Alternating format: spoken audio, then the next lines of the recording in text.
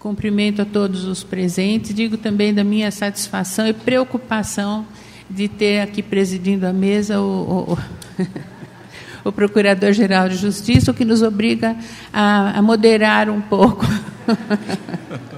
Eu não sou de excessos, mas eu só estou brincando. É uma honra tê-lo aqui presidindo a mesa. E também estar participando junto com o professor Fábio Medina Osório, que, sem dúvida nenhuma, é uma das grandes autoridades do tema da improbidade administrativa. Nós sabemos que a Lei 8.429 é de 2 de junho de 92, portanto, ela tem 25 anos de vigência.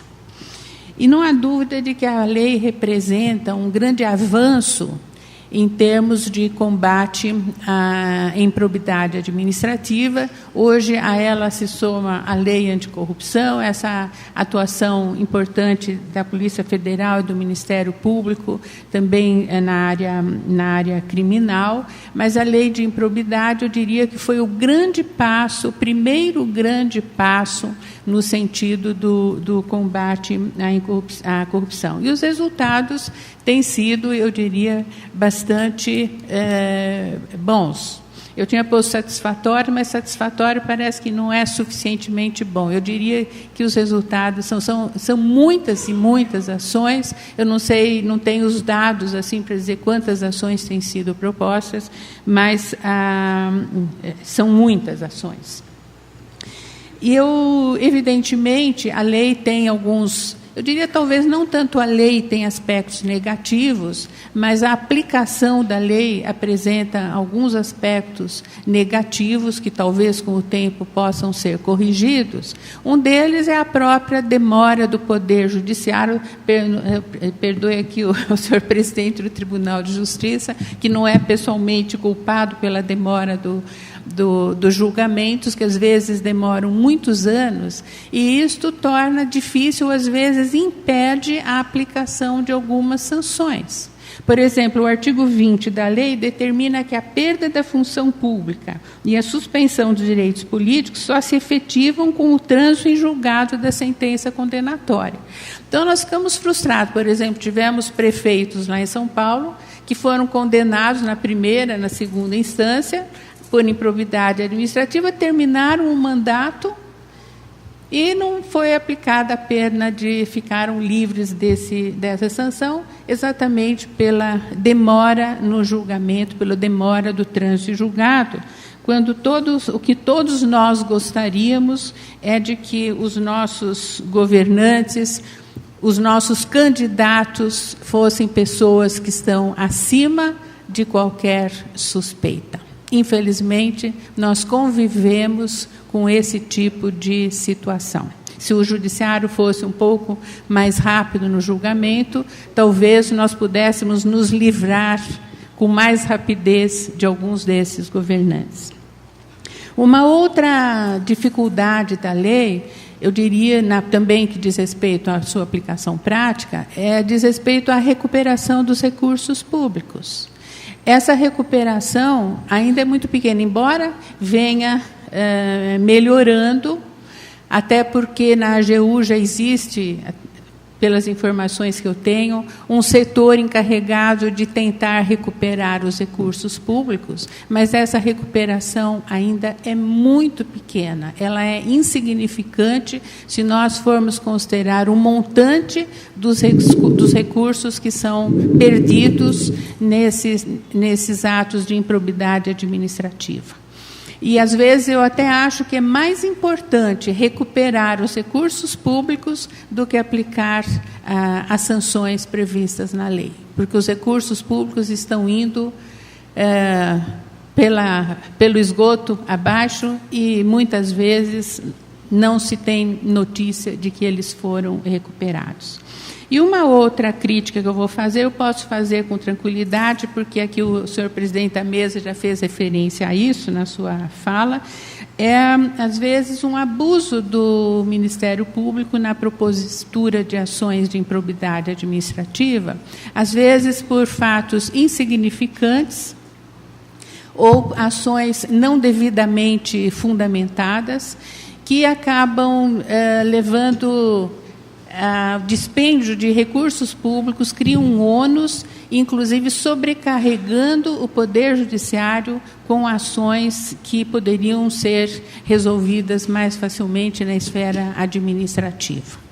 Embora haja muita gente que diga que o princípio da insignificância não se aplica na área de improbidade administrativa, eu acho que se aplica assim. O que se alega é que o ato ou é honesto ou desonesto, que não existe meio honesto, pouco honesto. Mas eu acho que a aplicação desse princípio da insignificância é importante em matéria também de improbidade administrativa. Eu uma vez fui surpreendida que recebi um ofício de um membro do Ministério Público, que acho que até era da Justiça do Trabalho, pedindo para eu dar informações a respeito de alguma coisa que eu disse no livro de parcerias na administração pública. E eu não respondi, porque eu não entendi. Eu falei, por que ele quer saber uma explicação minha sobre alguma coisa que eu disse no livro? Então, eu não respondi. Ele manda de novo. Eu falei, meu Deus, será que eu vou responder a uma ação civil pública, um inquérito civil, por alguma coisa que eu disse, né, no livro? Daí eu resolvi responder para ele com uma frase, que aquilo era uma interpretação que eu fazia de uma lei e que estava manifestando o meu de liberdade de manifestação de pensamento. E mandei para ele, e coloquei o meu livro à disposição, mandei uma cópia do capítulo. Ele se sentiu satisfeito, felizmente. E a coisa por aí. Mas eu já vi, por exemplo, uma ação contra um jurista importante, lá, professor da USP, que o Ministério Público não concordava com o parecer que ele tinha dado, achou também que os honorários que ele tinha cobrado eram muito elevados e que não concordava com o parecer. Eu fiquei preocupadíssima, porque o que ele defendia no parecer também é o que eu defendo. Eu falei, daqui a pouquinho vai sobrar para mim. Mas ele sofreu ação de improbidade administrativa.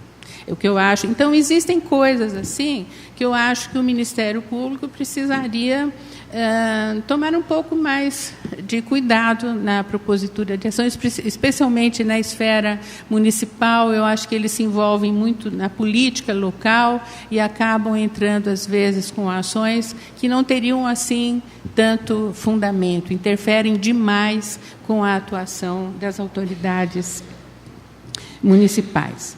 Mas o tema que foi proposto seria um comentário assim genérico, não foi especificado algum aspecto da lei. Deixaram, a professora Cristiana Fortini me deixou livre para falar sobre o que eu quisesse. Eu vou comentar algumas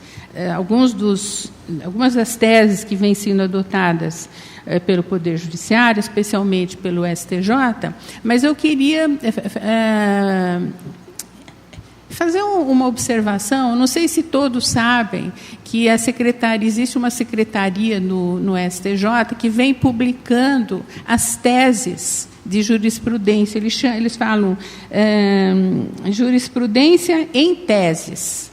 Então, eles vão publicando edições, vão divulgando edições com essas teses. Só sobre a improbidade administrativa, eles publicaram 2 edições, a edição 38 e a edição número 40, que abrangem 27 teses do STJ só sobre a improbidade administrativa. Essas teses não são propriamente súmulas, porque elas não observam aquele procedimento exigido para a aprovação de uma súmula. Eu entendi que essas teses são uma espécie assim, de uniformização ou de divulgação do entendimento que o STJ vem adotando a respeito de determinadas teses. Então, eles fazem o levantamento dos acórdãos sobre determinada matéria e fazem um resumo da tese que é adotada. E, junto com esse resumo, eles mencionam os acórdãos que serviram de fundamento. Por exemplo, aqui eu tenho a edição número 40, sobre responsabilidade, inexistência de responsabilidade objetiva. Daí eles dão o rol dos acórdãos em que eles se basearam para...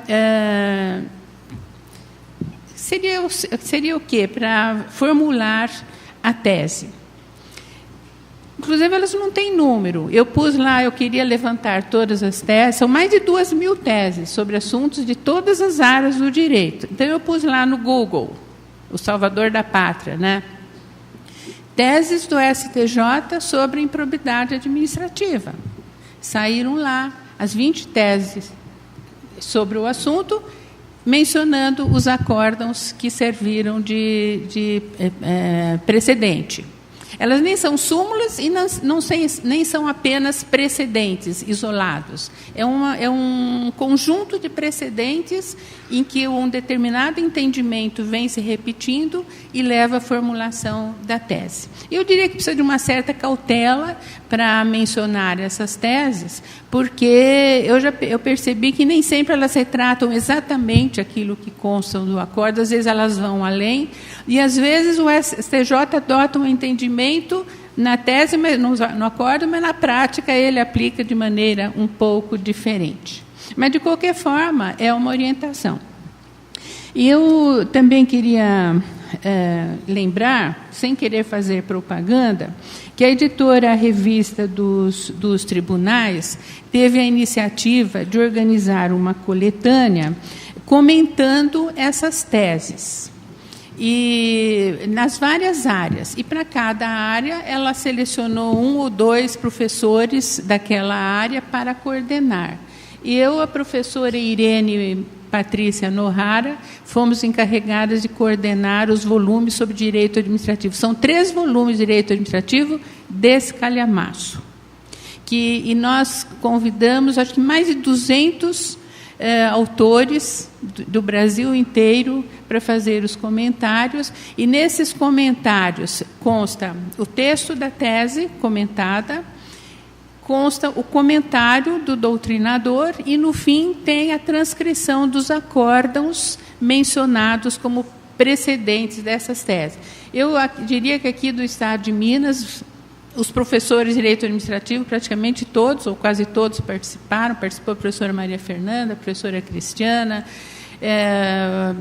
enfim, a professora Raquel de Mello Urbano, o professor Eurico. Acho que não ficou ninguém de fora. Só não participou quem não aceitou o convite. Como o professor Fábio Medino foi convidado, mas estava com outros compromissos, não pôde aceitar. Mas nós temos aí professores do Brasil inteiro. Então, vocês consultando isso, vocês têm as decisões do Supremo com os precedentes, do Superior Tribunal de Justiça, com os precedentes, e os comentários, às vezes favoráveis, às vezes com críticas ao conteúdo da tese. Eu posso parecer que eu estou fazendo propaganda. Primeiro que a iniciativa não foi minha. A iniciativa foi da editora, que se inspirou em coletâneas desse tipo que existem em outros países, principalmente nos Estados Unidos. E eu achei que foi uma coisa bastante útil, porque não temos nada parecido aqui no direito brasileiro. Então, a pessoa que vai consultar tem o entendimento da STJ e tem o pensamento doutrinário a respeito do assunto. Não pensem em sair correndo e ir comprar, porque, por enquanto, a editora só vende a coletânea completa, que tem 20 volumes, e não é para o bolso de qualquer um. Eles têm essa mania lá na editora RT de comprar, de vender coletâneas completas. Eu acredito, eles dizem que futuramente eles vão passar a vender por matérias, né, ou por volumes, mas, por enquanto, são os grandes escritórios, as bibliotecas que estão adquirindo essa coletânea.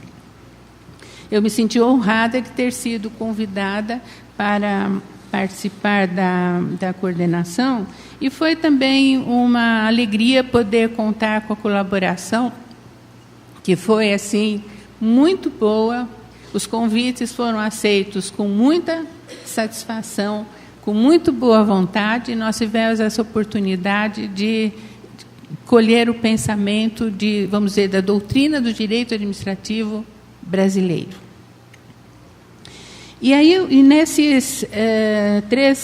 nessas teses sobre improbidade administrativa, eu mencionei que são 27 sobre improbidade administrativa e trata de assuntos variados, como a legitimidade do Ministério Público para a propositura da ação, se é que alguém ainda tinha alguma dúvida, né? Sobre prescrição, são 3 teses. Sobre a inviabilidade de ação ser proposta apenas contra o particular, sobre revisão da dosimetria da pena, sobre a decretação da indisponibilidade de bens. Só sobre essa indisponibilidade de bens, são 6 teses. Sobre a submissão dos agentes políticos municipais simultaneamente à lei de improbidade e ao decreto-lei 201, sobre a ação contra agente político com foro privilegiado, que é um assunto hoje que está aí na crista da onda, né, essa questão do foro privilegiado, sobre a não exclusividade do judiciário para aplicar a pena de demissão, sobre a possibilidade de quebra do sigilo bancário pelas instâncias ordinárias, sobre fixação de limite temporal de 180 dias para afastamento cautelar do cargo, enfim. São assuntos variados que foram objeto dessas formulações, dessas teses. Eu vou comentar algumas, embora não sei se foi a intenção da professora Cristiana Fortini que eu comentasse algumas dessas teses, mas como ela deixou liberdade para nós escolhermos o tema, eu resolvi comentar algumas teses que me parecem especialmente relevantes. Uma delas é a tese número 1 da edição 38, que diz o seguinte: é inadmissível a responsabilidade objetiva na aplicação da Lei 8.429, exigindo-se a presença de dolo nos casos dos artigos 9º e 11, que coíbem o enriquecimento ilícito e o atentado aos princípios administrativos, respectivamente, e ao menos culpa nos termos do artigo 10, que consuma os atos de improbidade por dano ao erário.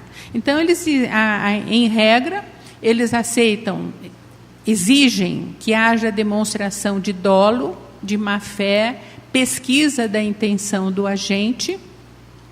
Apenas no caso de dano ao erário, atos de improbidade que causam danos ao erário, é que o STJ aceita a possibilidade de culpa, até porque isso está expresso na lei em 2 dispositivos diferentes. Esse aspecto da intenção, do dolo, tem sido objeto de muitas controvérsias, e o que prevaleceu foi a literalidade da Lei 8.429, que admite a culpa apenas no caso de lesão ao erário, isso nos artigos 5º e 10. São 2 artigos que prevêem a possibilidade de culpa. A dúvida maior sempre foi com relação à modalidade do artigo 11, que é a improbidade por infringência aos princípios da administração pública. Quando você fala em princípio, você abrange o princípio da legalidade, da moralidade, impessoal. Qualquer princípio que seja infringido caracterizaria um ato de improbidade. E daí o Ministério Público ficou feliz da vida, porque qualquer norma legal, regulamentar, qualquer norma infringida, eles já entram com ação de improbidade administrativa. E daí esse entendimento do STJ, que não basta a infringência uma norma. Vocês vejam a quantidade de normas que nós temos hoje. Além de uma infinidade de leis, de regulamentos, nós temos resoluções, portarias, esses atos das agências de conselho. Ninguém consegue conhecer aquela frase de que ninguém se excusa alegando ignorar a lei. Eu acho que é uma coisa superada diante do volume de normas com que nós convivemos. Então, você não pode, porque uma autoridade, de repente, descumpriu uma normazinha lá, já achar que houve ação, que houve improbidade administrativa. Por isso, até ficou conhecida uma frase de um acórdão do STJ que diz que a lei de improbidade alcança o administrador desonesto, não o inábil. Quer dizer, ela pune a desonestidade, não é o simples cumprimento da lei, o descumprimento da norma. E essa tese completa-se com a de número 11 da edição 40. Eu falei que a edição 38 e a edição 40. Se vocês quiserem levantar isso daí, é só entrar lá no site do STJ, porem lá as teses do STJ, que vocês vão conseguir pegar todas as edições. Então, essa número 11 da edição 40 diz o seguinte: o ato de improbidade administrativa previsto no artigo 11 da Lei 8.429 não requer a demonstração de dano ao erário ou enriquecimento ilícito, mas exige a demonstração de dolo, o qual, contudo, não necessita ser específico, sendo suficiente o dolo genérico. Então, quer dizer que não precisa demonstrar que a pessoa agiu com a intenção de causar o dano ao erário. E num dos acórdãos consta até, no recurso especial 1.500.812, consta até a definição de dolo genérico, que seria suficiente para caracterizar a improbidade. Diz assim: o dolo que se exige para a configuração da improbidade administrativa é a simples vontade consciente de aderir à conduta, produzindo os resultados vedados pela norma jurídica, ou ainda a simples anuência aos resultados. Quer dizer, a pessoa tem a vontade consciente de praticar uma conduta ilegal, ou ela não tem a vontade, mas ela concorda com o resultado obtido. Então, rigorosamente, o que o STJ entende é isso. Não é suficiente só a culpa não ser no caso de lesão erário, tem que haver o dolo, tem que haver pelo menos o dolo genérico. Agora, precisa tomar cuidado, porque às vezes nos próprios acórdãos que servem de precedente, a gente verifica que nem sempre o STJ segue essa tese. Porque às vezes eles dizem, quando a ilegalidade é muito flagrante, eles deixam de lado a intenção do agente, a ideia de dolo, e é como se houvesse um dolo presumido. Então, existem exemplos concretos assim, em que, na realidade, quase que seria uma responsabilidade objetiva. Então, é o STJ decidindo de forma diferente daquilo que consta, que aquilo que eles proclamam, que eles decretam nas teses. Depois, sobre prescrição, existem 3 teses. Uma é a tese número 6 da edição 38, que diz o seguinte: o termo inicial da prescrição em improbidade administrativa em relação a particulares que se beneficiam do ato ímprobo é idêntico ao do agente público que praticou a ilicitude. Porque o artigo 23 da lei estabelece os prazos de prescrição. Então, ele faz referência ao ocupante de cargo, a quem exerce mandato, mas não fala nada do particular. Vocês sabem que o particular que colabora com o ato de improbidade, ele pode também responder. Mas o dispositivo não fala qual é o prazo de prescrição nesse caso. E o STJ decidiu que o prazo é o mesmo que se aplica ao agente. É idêntico ao do agente público que praticou o ato. Porque começou, os advogados sabem que advogado tem que ter imaginação fértil para defender os seus réus, não é? E os advogados começaram a querer dizer que, como a lei silenciava, se aplicava ou o prazo da prescrição quinquenal, do decreto 20.910, ou o prazo da lei de improbidade administrativa, que é de 5 anos, o termo inicial é da data do evento. Então, se foi praticado o ato hoje, 5 anos, e pela lei de improbidade é o término do mandato ou o término do cargo. Começa a contar o prazo. Então, eles já queriam beneficiar os particulares, dizendo que... Mas o STJ não aceitou, acabou entendendo que o termo inicial é igual. E o principal argumento é o de que a própria lei de improbidade contém dispositivo que diz que se aplica aos particulares, no que couber as normas desta lei. Então, aplicam-se também as normas de prescrição. Eu acho que está correto esse entendimento, que também é o defendido pela doutrina. Outra tese sobre prescrição, essa daqui bastante controvertida, é a tese número 7 da edição 38. Diz assim: a eventual prescrição das sanções decorrentes dos atos de improbidade administrativa não obsta o prosseguimento da demanda quanto ao pleito de ressarcimento dos danos causados ao erário. É aquela história, se o ressarcimento ao erário prescreve ou não prescreve, por causa da norma do artigo 37, parágrafo 5º da Constituição Federal.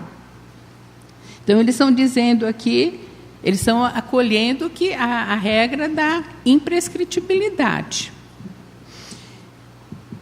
E esse é um tema que tem sido objeto de controvérsias. Existem vários doutrinadores, dos mais respeitáveis, entre eles o professor Fábio Medina Osório, que defendem o ponto de vista contrário, acham que tem que prescrever.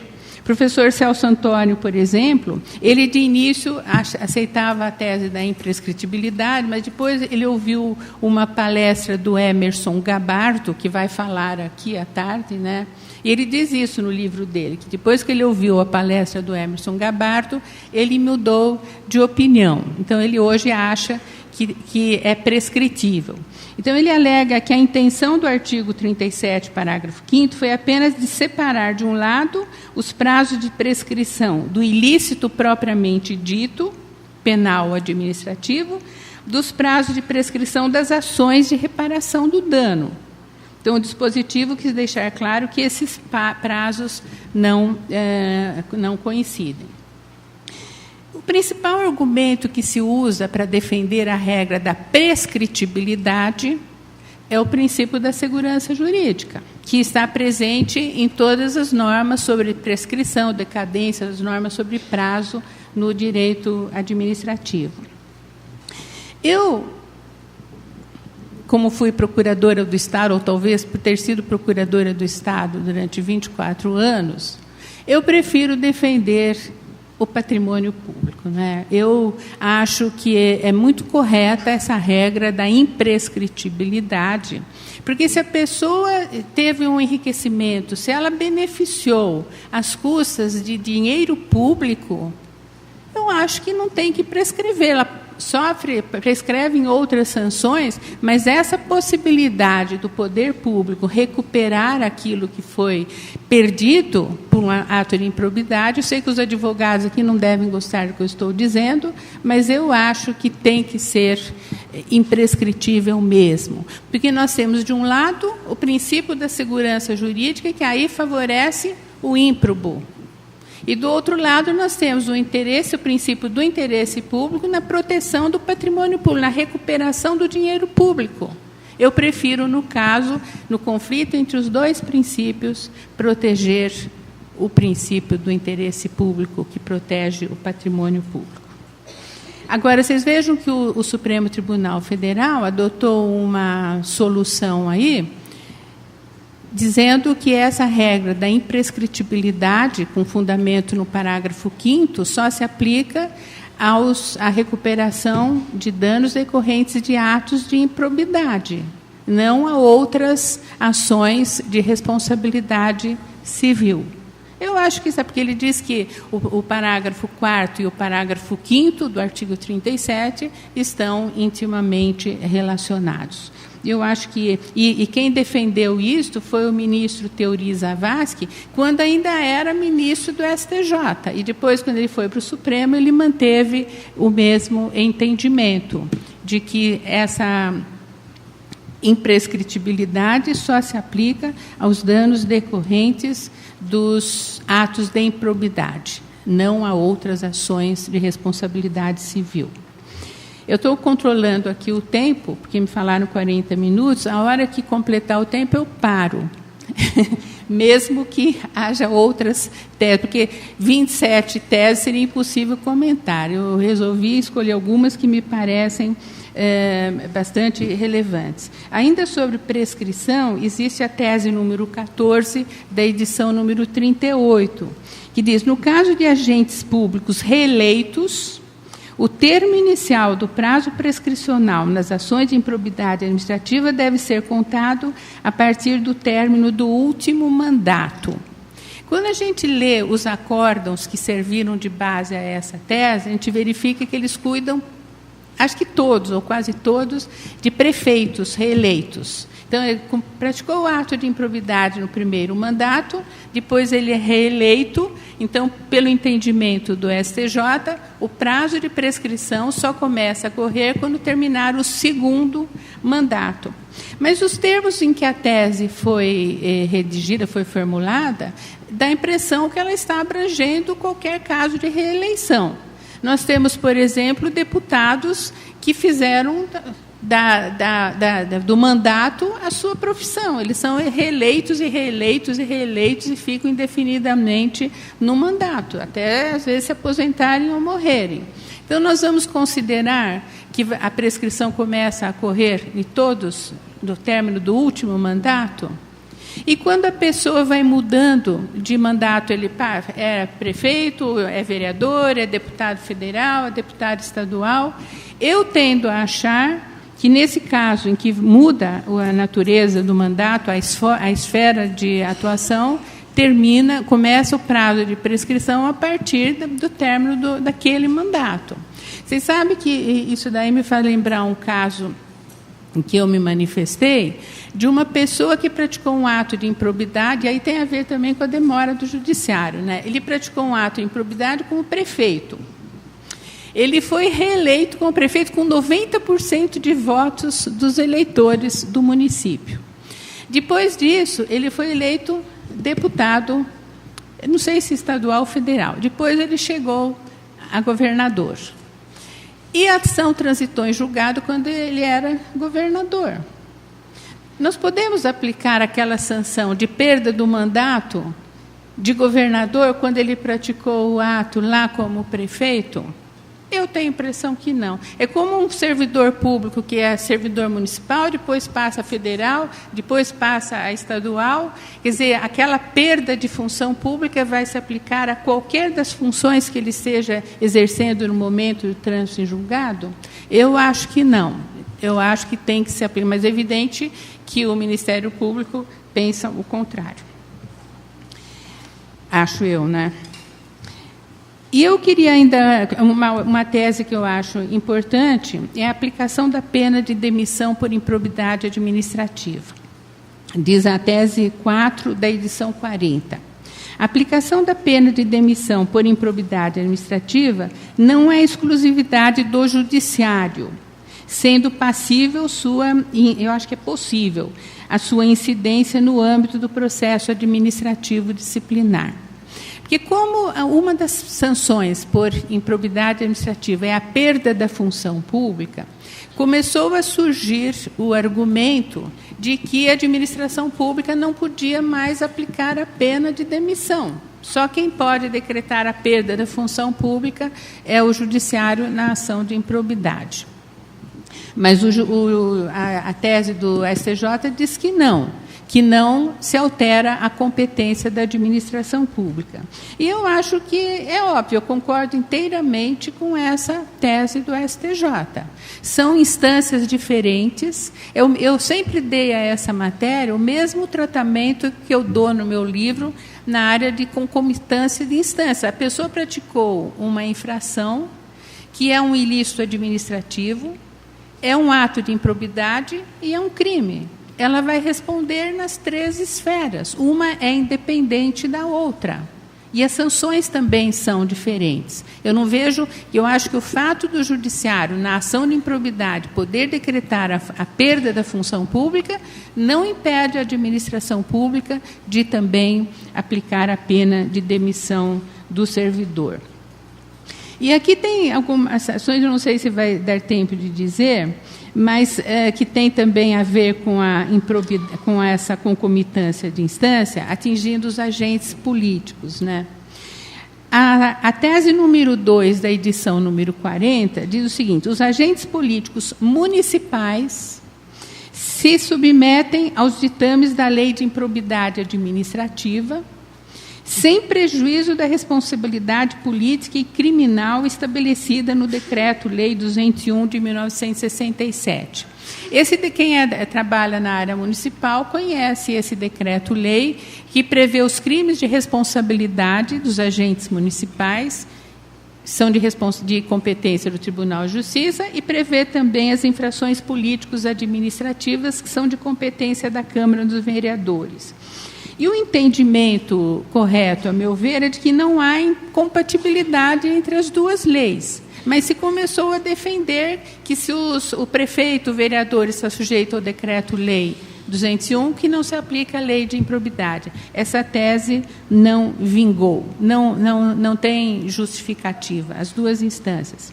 E aqui, tem essa daqui, bastante complicada também, que é a tese número 1 da edição 40, que fala dos agentes políticos sujeitos a crime de responsabilidade, ressalvados os atos ímprobos cometidos pelo presidente da República e pelos ministros do STF, não são imunes às sanções por ato de improbidade previsto no artigo 37, parágrafo 4º. Quer dizer, os agentes políticos respondem pelas ações de improbidade, com exceção do presidente da República e dos ministros do STF. Com relação ao presidente da República, é mais fácil de aceitar, porque para o presidente da República, o artigo 85 da Constituição considera que os atos contrários à probidade administrativa são crimes de responsabilidade. Não é simples ato de improbidade a ser apurado na área civil, é crime de responsabilidade. Para os ministros do Supremo Tribunal Federal, eu já não entendo muito por que chegaram a essa brilhante conclusão, mas foi decisão deles mesmos. Então, é fácil de entender, mas eu acho que não existe essa justificativa. Eu acho que a lei de improbidade se aplica a todas as categorias de agentes públicos, com essa ressalva para o presidente da República. Eu acho que as instâncias são separadas.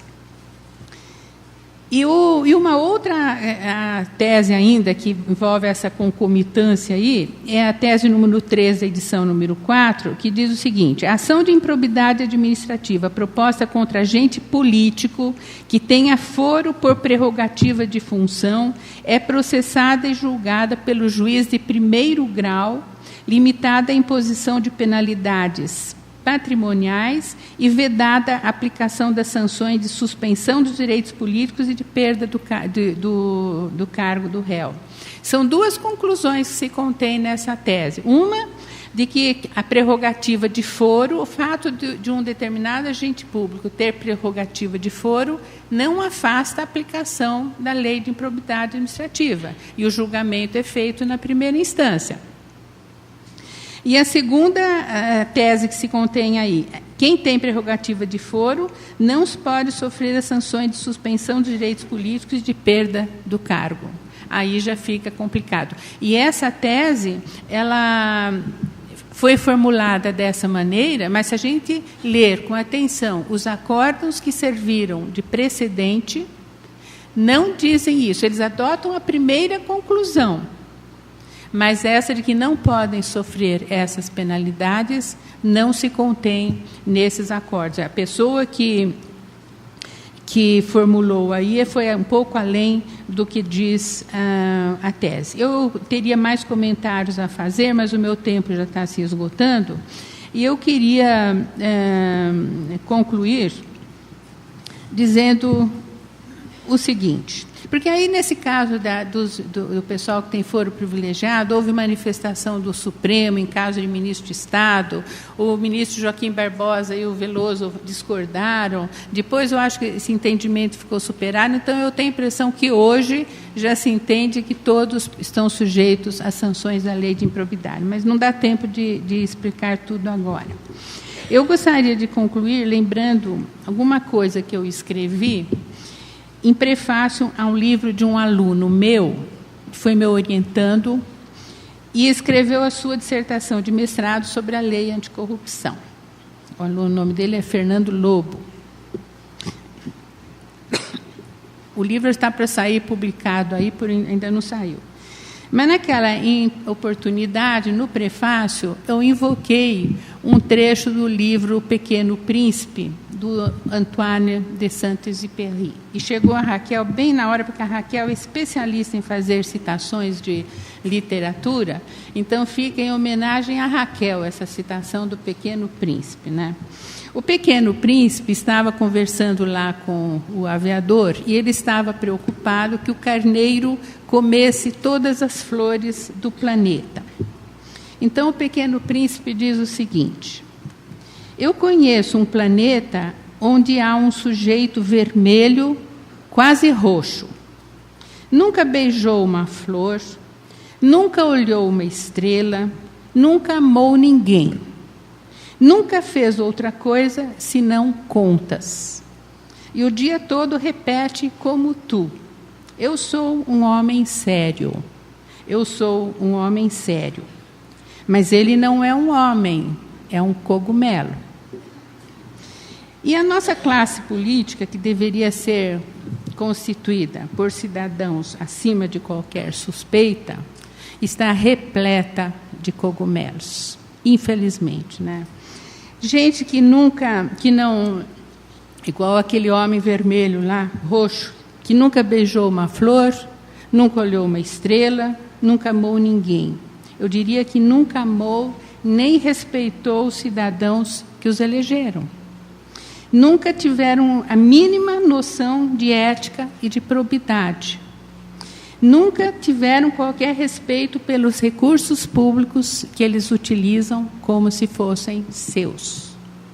Então, não há dúvida de que a lei de improbidade administrativa se coloca entre os instrumentos mais importantes para tentar acabar com esses cogumelos. Eu, na realidade, não gosto de cogumelo nem na comida, né? Talvez influenciada por esse trecho do Pequeno Príncipe. Eu realmente não como cogumelo. Então, por isso, acho que nós podemos dizer feliz aniversário à lei de improbidade administrativa e a todos que se dedicam à sua adequada aplicação. Muito obrigada pela atenção.